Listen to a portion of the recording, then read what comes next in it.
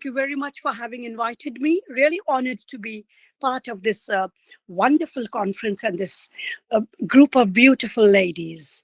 Beautiful in their hearts, beautiful inside, and beautiful outside. Oh, thank you so much. It's such an honor to have you here. And guys, Dr. Batra, she is a powerhouse, and wait till you hear everything she's done. She's absolutely incredible.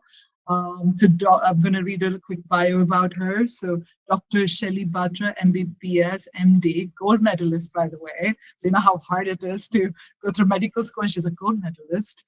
And she's the head of Department of Gynecology and Advanced Laparoscopy Surgery in large tertiary care hospital in Delhi, India. She is selected as social entrepreneur and Schwab Fellow by the World Economic Forum in 2014. She's also an Ashoka changemaker, a Huffington Post blogger, and a best-selling Penguin author, which is incredible. And she's the CEO of Every Infant Matters. She has dedicated her life to providing health solutions for poorest of the poor, especially marginalized women and children. She's lectured at Ivy League and other universities and has delivered TEDx talks for the World Bank and prestigious Indian Institute of Management. She's such a sought out speaker at international forums, including those organized by the World Bank, USAID, WHO, World Economic Forum, and has delivered keynote speeches at several events such as Geneva Health Forum, at the SED School of Business, Oxford, UK, among others. So she's on board of Wish Foundation and Pallav US. She is recipient of Exemplary Contribution Award for selfless work for the underserved, and given by Indian Medical Association, and Visionary Leader in Healthcare Award given by the Financial Express. So that's incredible. She has a lot going on with everything she's done and continues to do. And we're so honored to have Dr. Batra here with us. So, Thank you, Lakshmi, for all the accolades. I don't deserve many of them. And I know there are many women out here in this forum and outside who do much more than I have done, but who go unrecognized. So while recognition is sweet, I want to say it's really work that matters.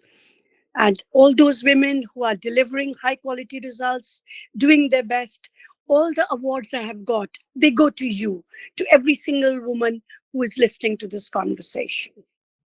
right.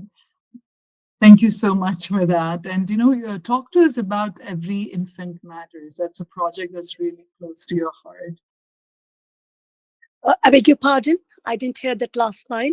Your project, with your work with Every Infant Matters. We'd love to know more about that. Okay, so you see, let's talk about health.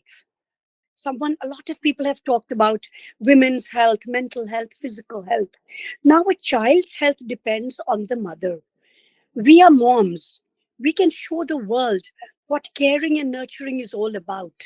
But unless we are cared for and nurtured, we cannot give rise to healthy babies, nor take care of babies. And that is what Every Infant Matters does. Now, this organization was started by my daughter, Dr. Radhika Batra, who's a pediatrician, and she was working in a government hospital, and she found children becoming blind because of hunger. We take food for granted. We take vitamins for granted. We have fruit and vegetables and eggs and milk and so on. But there are children who survive on boiled rice. And because of lack of vitamin A, they can become permanently blind. I mean, it is shocking that something as horrifying as this can be prevented by 2 drops of a vitamin that costs maybe 20 rupees. That is how the organization started, with a low-cost, high-impact intervention of addressing preventable blindness due to malnutrition. And we progressed to do a holistic health approach for the moms to be. Now, if the mother has anemia, if the pregnant lady is malnourished, the child is born prematurely with low birth weight and is at great risk of malnutrition, and vitamin A deficiency and blindness. Mhm. So, what we do is we hire and train local women, and these women are from tribal communities, backward communities, and they are powerhouses in themselves because they go door to door to educate mothers on the right food to eat, the right medical checkups in pregnancy, hospitalization when required, immunization, breastfeeding, a holistic health approach that results in a healthy mother and a healthy baby. And we have large scale projects in India. In Mhm. fact, our biggest project is in Kargil, district Kargil, going right up to the Indo Pakistan border at a temperature of minus 48 degrees. Areas are completely isolated with snow, completely isolated. And those are the areas where we are working and delivering high quality results, That's succeeding. incredible. That's Great. incredible. Sometimes it's very intuitive with like food and stuff, but there's so many who doesn't have sometimes a little push in right direction, and educating mothers could totally change a kid's future. And talking about mothers, you've dealt with a lot of women, in your career. Postpartum depression is a big topic, and we had a discussion in a previous call when we were talking about postpartum depression and how sometimes women don't even realize that that they're going through it. And like how could we deal with that, and because you have little child that's dependent on you, and sometimes when your mind is kind of not seeing the way we should see, but again it's the body, it's the hormones, and then you have responsibility, it becomes a challenge. So talk to us about postpartum depression. Yes, you're right. It's a problem that's often overlooked, often neglected. And sometimes it is precipitated by little things, little words of unkindness, or uh, overwork, overburden, or just the fact that I've given birth to a girl child and not a boy.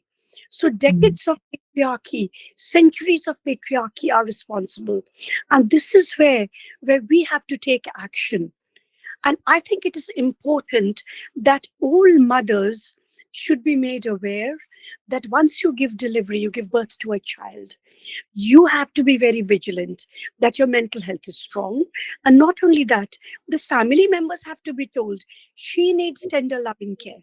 I have seen women after cesarean totally neglected. Mother in the mother-in-law somewhere, mother somewhere, husband somewhere else. And the woman struggling day and night, lack of sleep, struggling with a newborn baby, feeding the baby, washing nappies. I belong to the era when there were no Pampers and Huggies and all those things. We had to wash, triangles of cloth known as nappies. And after cesarean, you're having pain, you're not getting enough sleep, you will go into postpartum depression.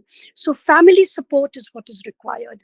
And family support is what women don't give women, sadly, in our country. So I think a lot of awareness and education is required to prevent these issues. true. So I remember, like, I have three boys, and with first two, it didn't really impact me as much, but with third one, it really did. It hit me hard, and I remember doctor telling me about it, kind of be like, okay, you might feel a little low, but just remember it's the postpartum blues. And I had that awareness in my head. So I'd also told my husband, I'm like, if you find me crying, if you find me difficult, just remember I'm going through this, kind of mentally prepared family as well. And that's true, when you don't have the support system, it just adds to the distress, right? Like the responsibility of caring for a child. And when I had my third kid, it was COVID period as well. And it was COVID times. Kids were out of school. So I was managing two little children, homeschooling them while trying to nurse the baby, not sleeping at night. And at one point, it just, I could feel that, right? And that's what made me think there's so many out there. And just feel like helpless in their situation. And almost like, and it's like your mind, and just to take that, you know, step back and just being aware. Um, A lot of times, people expect too much from us, which mm, is not fair. And we being women go on giving till we till we collapse, both physically and mentally. And mm, that Things we have to guard ourselves against it. We have to protect ourselves. And like you rightly said, Lakshmi, I'm glad you told your husband that I've got two little ones and now a new one is born, and I might start crying, I might getting unhappy. So be vigilant and take care of me. And I think loving and kindness, they can work wonders in preventing postpartum depression. Sometimes it's asking because and sometimes when women don't even realize that there's something called postpartum depression and it's Yeah, okay to ask, sometimes they hesitate, they'll feel all this emotion.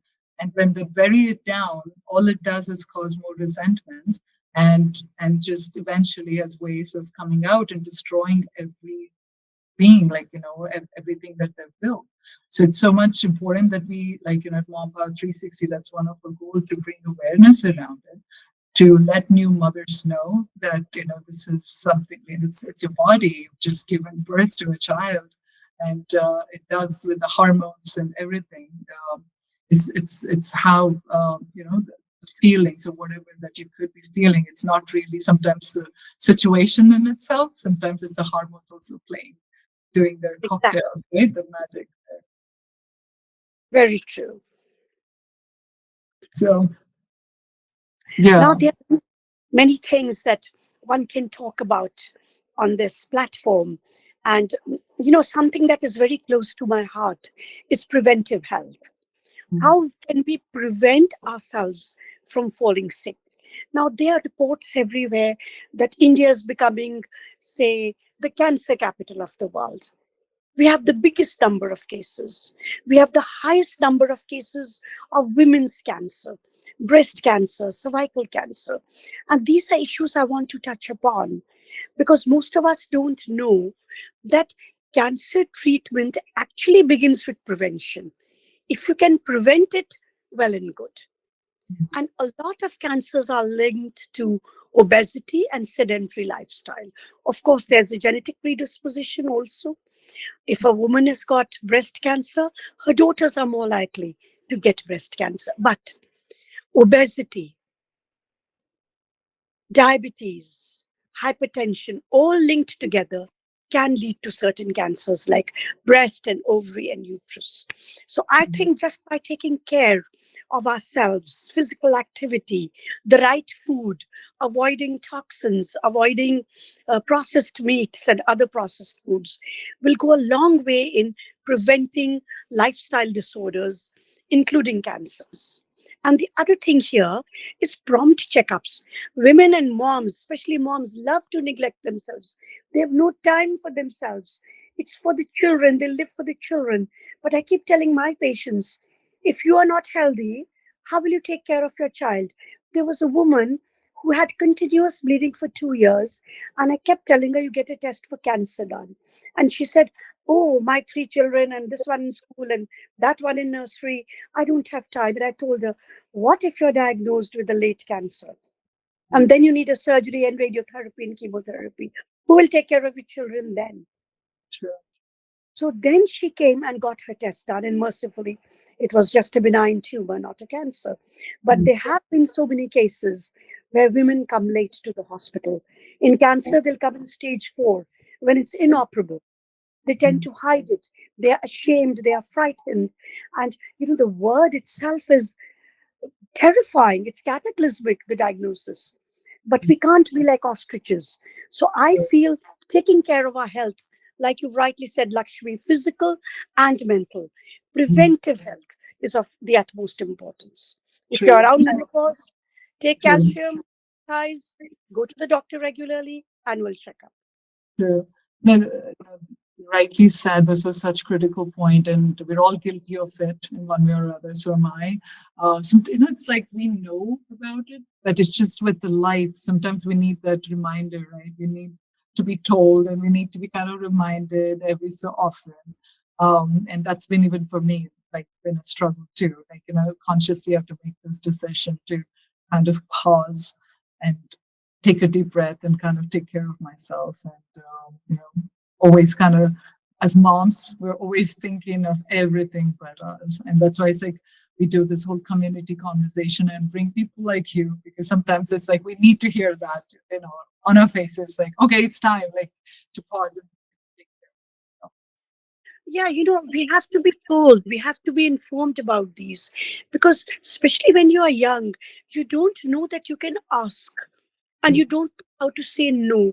I remember when I got married, and I would stay with my in-laws, and they were wonderful people, and they would have relations coming over, there would be family dinners and parties, and yours truly would be cooking and serving till way past midnight, and everyone would say bye bye, thank you, and go away, and I'm left hungry, and sometimes there would be not much left for me.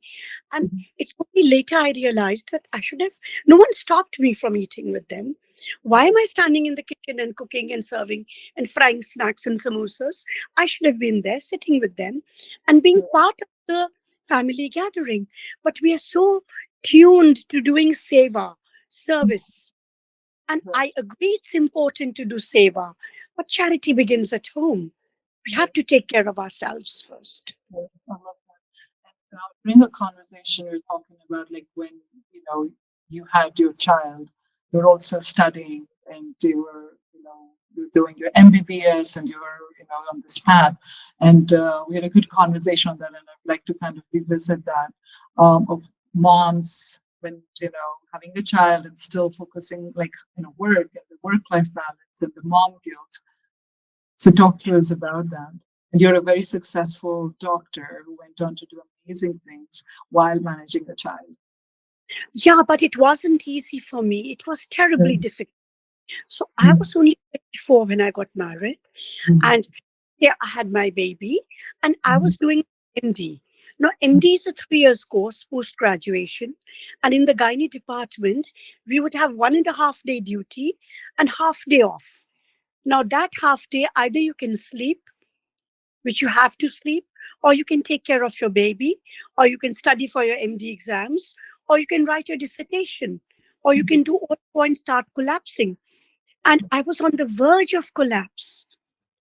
Very often, what happens is that you have no help. I was lucky, I was living with my parents. My husband was abroad. So my parents could take care of the baby. And I mean, my child used to think I'm a visitor. My daughter used to think I'm an auntie who comes because I used to come home running, bullet cheek, hi babes, and just mm, go off. And she used to think that my mom is her mom. mm, It was a very difficult time. And then what happened? In my medical college, I was being offered a professorship. They wanted me to take up a faculty post. And my husband joined All India Institute of Medical Sciences in Delhi, another highly prestigious hospital, and said, you come to Delhi. Now you see, this is what adjustment is all about. And this is where adjustment becomes very difficult. Should I really give up my career opportunity in my own town and go to another town? Should I not? And if I don't go, I will have a highly successful career here. And if I go, I'll have to struggle a lot. I might mm, achieve that success, might not achieve that success. So these are the gray areas where there's no black and white, there's no right or wrong answer. Each woman has to decide for herself. But one basic guideline I followed is that we adjust, but we do not compromise on our principles in mm, life. And mm, that has served me in good stead. So, what I did, I adjusted. Okay, I'll come to Delhi. But what are my principles? High quality medical care with a lot of love and compassion wherever I go. So, I also joined All India Institute, got a more advanced degree. And then it was more difficult because I had no one to take care of the child. So, but it worked out in the end. But I know a lot of women have faced it. I get so many young mothers, they don't know what to do when the husband is transferred. And they ask me, ma'am, People should I transfer take a a lot. transfer or not? Sorry? yeah, no, no. Somebody's mic was unmuted. So, Oh, okay. right. So they ask me, my husband's getting transferred. Should I leave my job or not? So then I say, weigh the opportunities, make a list of pros and cons, go with your heart. Go with your Yeah, heart, then you won't regret it. And be yeah, prepared. Whatever God does for the best. Accept what comes to you in life, but still do the best for yourself and your family. yeah. That's incredible. two successful people and then managing the child. And it's both are equally important, work and the child. And eventually we strike the balance. I'm sure there'll be like a lot of compromises and adjustment and understanding. It's just finding that rhythm that works. Yeah, and then when there are children, both husband and wife are working, and initially you're struggling. You don't have much money. You don't have a house. You don't have a car. You're using public transport. You're doing household work as well as hospital work. Middle of the night, your daughter tells you, "Tomorrow morning, I'm a shepherd boy," and she goes off to sleep, and you are sitting there stitching a shepherd boy's costume, Right, cutting up some old fabric. So these are the things you face in life, right, and right, very, very difficult. But I think these are rough waters, right, and we've all waded through waters. We've all swam through them and emerged. right, And living with courage is very important. right, You know, one shouldn't lose heart. We should have courage, and that'll get us there. right. And a lot of young moms here in the group. And listening to stories like yours is always so inspiring. Achieving success while managing the child. Yes, it's hard, but it's how do we navigate those phases, and that's what builds character. Yeah, and then I want to tell you very truthfully, I also had phases of depression when I couldn't cope. But at least I recognized the depression. I went to a therapist. I'm not able to sleep. I'm not able to eat. I'm crying. Give me some medicine. So, recognizing and accepting what is wrong with you is also important. A lot of women go into denial. They say, "Oh, no, no, I won't go to a psychiatrist. There's Right, so much stigma around it." right. That's a big topic, and I want to kind of get into it because a lot of them struggle, and it's a clear case of depression, or when they spiral down, and sometimes it's a depression coupled with the thought process and the mindset. It's being victim and self-victimization, and then they spiral down, and sometimes it's too late. But now the collateral damage is also around the family. Now it's almost like who's going to build the cat situation, because when they're not ready, then how do we resolve it? So what do you talk? What do you have to say about such situation where mother is going through it and family is feeling the pressure because of mother's mental health, and when there is refusal to go seek therapy or medication or to resolve it, it's just a downward spiral for everybody involved. Absolutely. When we live in families, Mhm. one person's health affects everyone. True. We are not living in isolation. Now, if I were to go on eating, eating, eating and become a balloon, you know, and my weight from 60 becomes 120 kilograms, if I get hypertension and a stroke, where is my caregiver coming from? Who will take care of me? Will my daughters leave their job? Will my husband stop his work?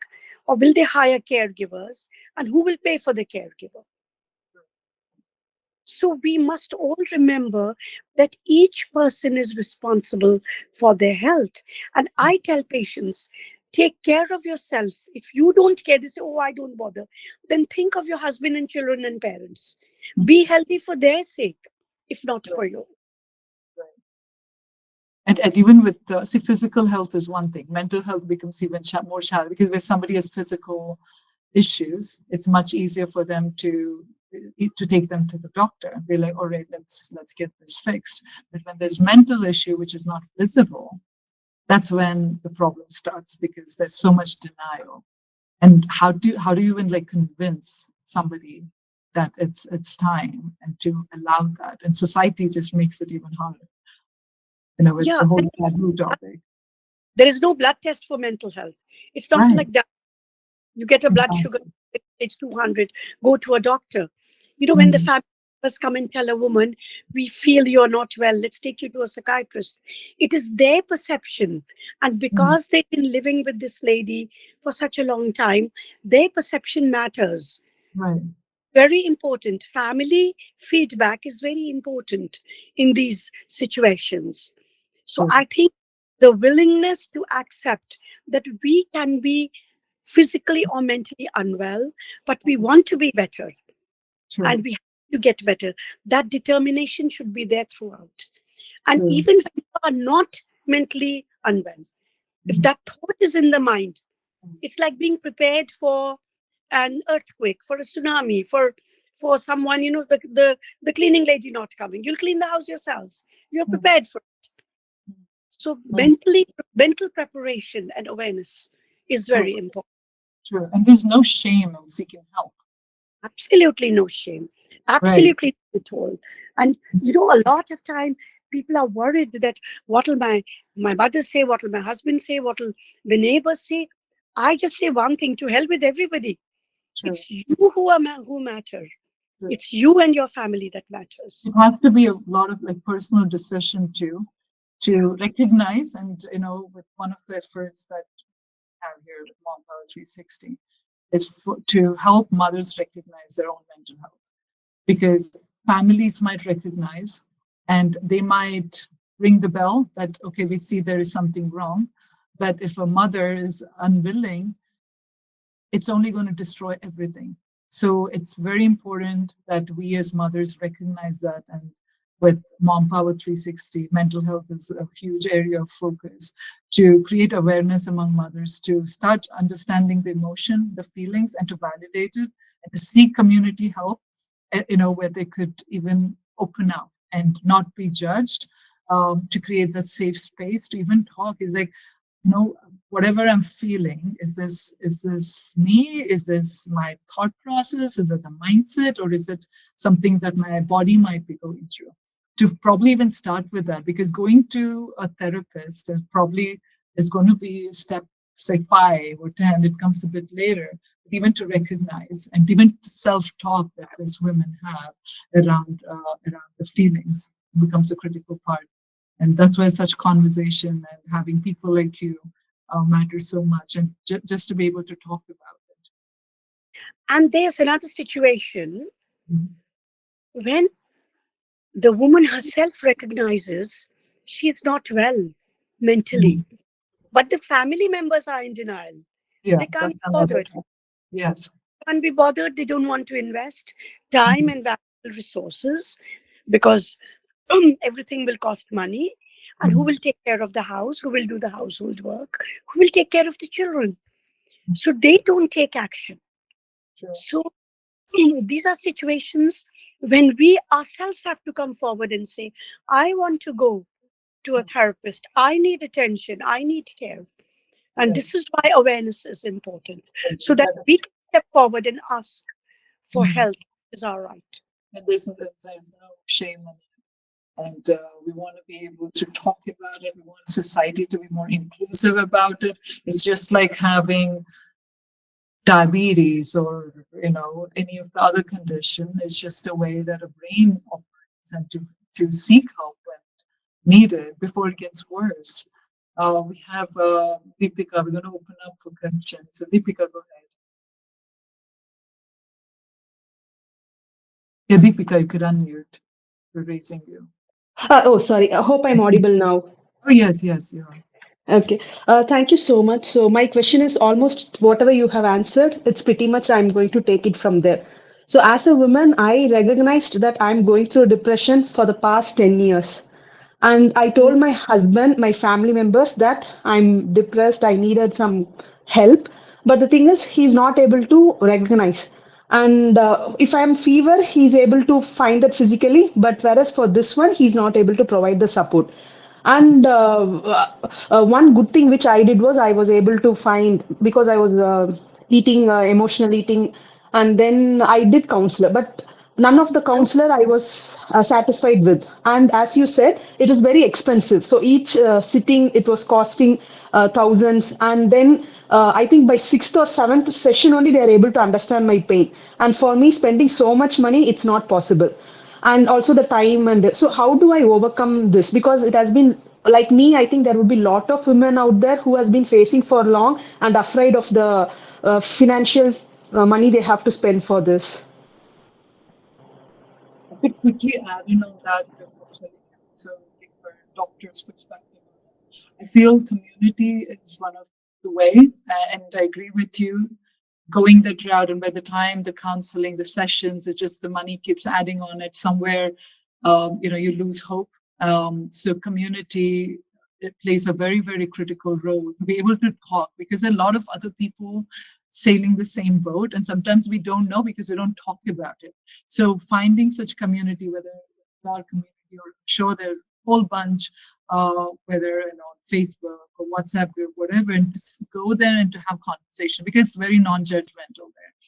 People Okay. who are in that group recognize that already. So it's a safe spot for you to discuss that and really to release those emotions, because sometimes you just need somebody to empathize with and to be able to understand what you're going through. I think that would be, and Shelly can continue and add her point of view. Yeah, so I also want to say there are other solutions as well. My elder daughter, who's a computer engineer, she did a master's from the US. She came back to India after 8 years. She's teaching in Bennett University and pursuing her PhD. But she also wants to give back, which is why she came back to India. She started an NGO called My Kahani, and you can find it on LinkedIn. And what she has done, she's made a series of videos, very easy to understand, simple videos of maybe 3 minutes each on various topics. Her name is Sonali Batra. The name of the NGO is My Kahani. I will be more than happy to share her details. And everyone, please go through her videos. They are beautiful videos that she's disseminating them free of cost in India's villages. And the reason she started this was exactly what Deepika said, that there are many people who can't afford. Now, I can go to a doctor, I can pay thousands. What about the daily wages? What about laborers? What about construction workers? They don't have food to eat. If someone is depressed, there is no solution for them. So this is called democratization of healthcare. And that is what she believes in. Let it be available, accessible to all. So please go to My Kahani, Google it, and you will get a lot of information, and keep seeing her videos. And if there's any way I can type it on this, let me see if I'm Yeah. able. Oh, just meet will do it. Just meet, can you put that information, please? Yeah, My Kahani, Jasmeet, I will send you by, let's see if I can send you a WhatsApp message. Yeah, no, she got it. No She's worry, correct. Dr. You've Yeah, got it? yeah, yeah. Great, Yeah. great. That's incredible. Thank you, Shelly, and that's incredible that your daughter does all these amazing things. Yeah, and then it will be so much help to everybody. Absolutely, it's just leaning in on each other. There's so many resources out there, and sometimes just about seeking those. So, yeah, yeah, Yes, please. and finding those sources. We must know they are available. Namaste, everyone.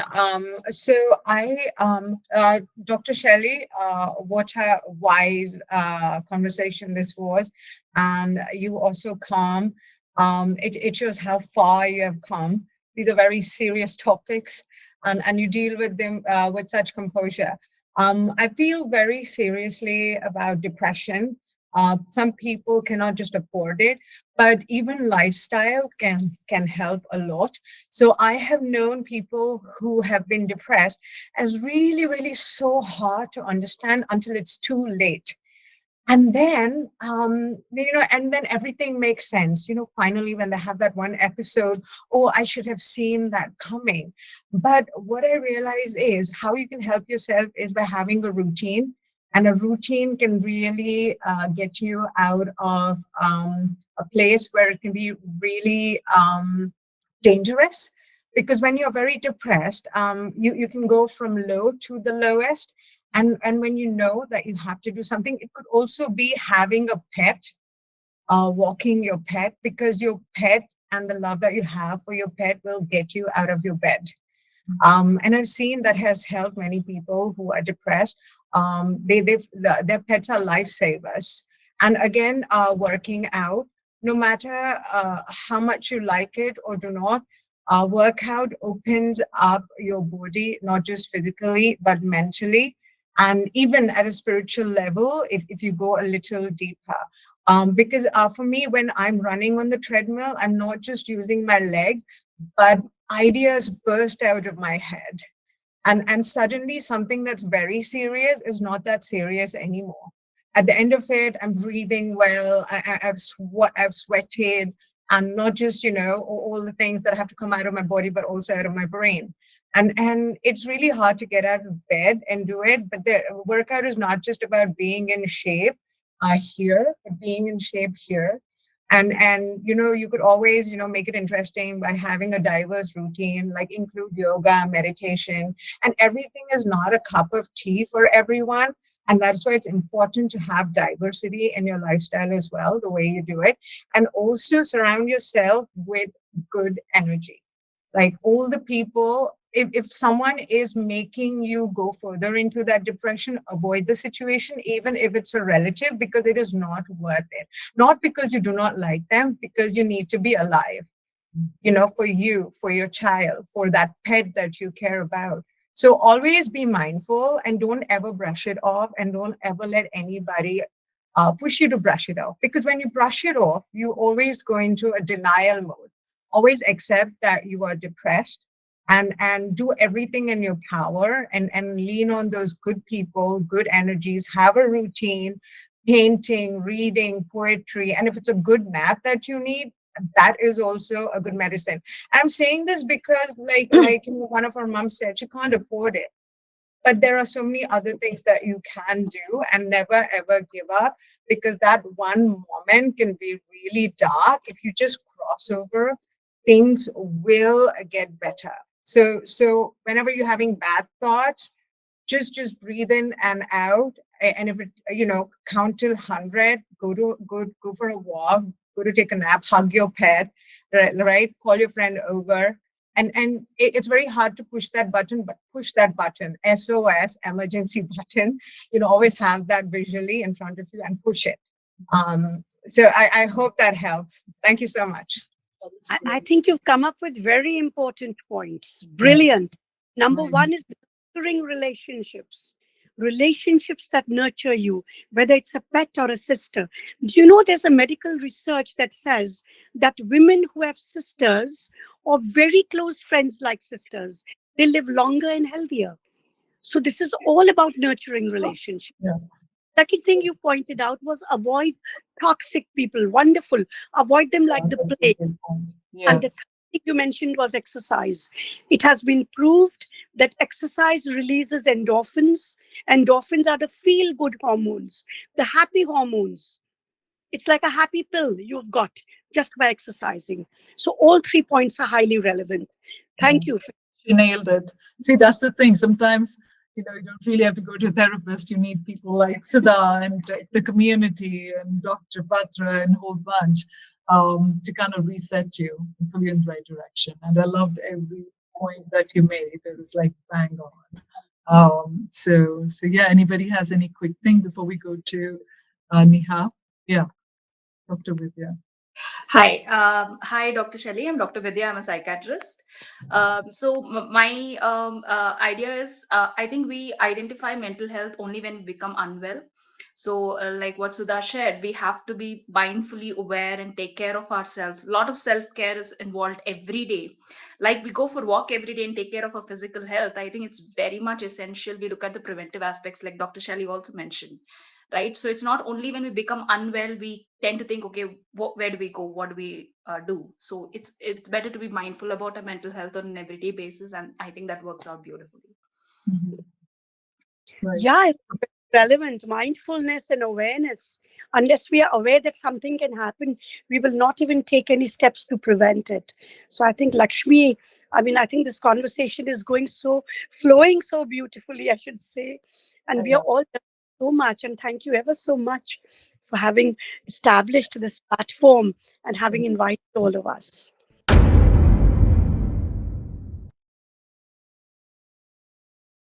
Mompower360, an empowering community for moms just like you and me.